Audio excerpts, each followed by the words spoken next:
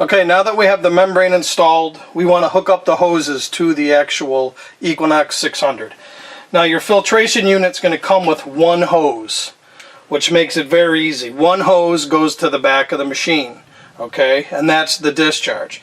The inlet from the high pressure pump is easy because it has a hose attached. So for this purposes we'll do one. This will go to the back of the machine as the discharge. But the inlet to the filtration unit is very simple because it's the only spot that doesn't have a hose. So these are kind of clamps that they come with, like this, and there's a rubber ring. And one thing to keep in mind is we put this on, this clamp will be kind of loose. That's normal. Once pressure is applied, it'll be fine. So we look at, there's a ridge, and there's two ridges, one here, one here. We take the rubber and we split the difference. So put the rubber on here. We kind of center it between each one.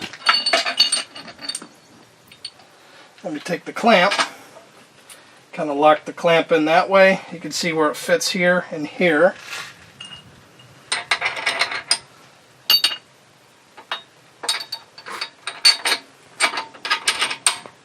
Lock it like that. Washers. And there's some lubrication on this because stainless to stainless will gall on nuts and bolts.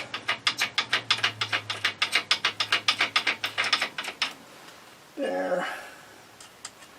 We'll put another washer and nut on.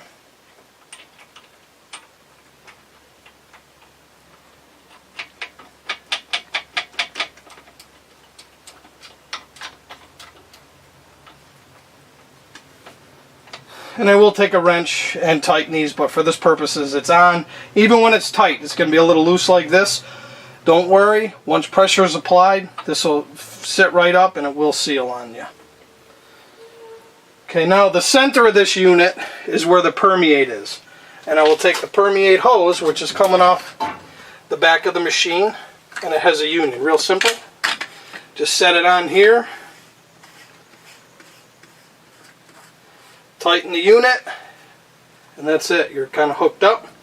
And this other hose on the back goes on the other side of the high pressure pump motor. Same thing. Put your gasket in there. Real simple. It's not confusing at all. That concludes our membrane installation of the Econox 600.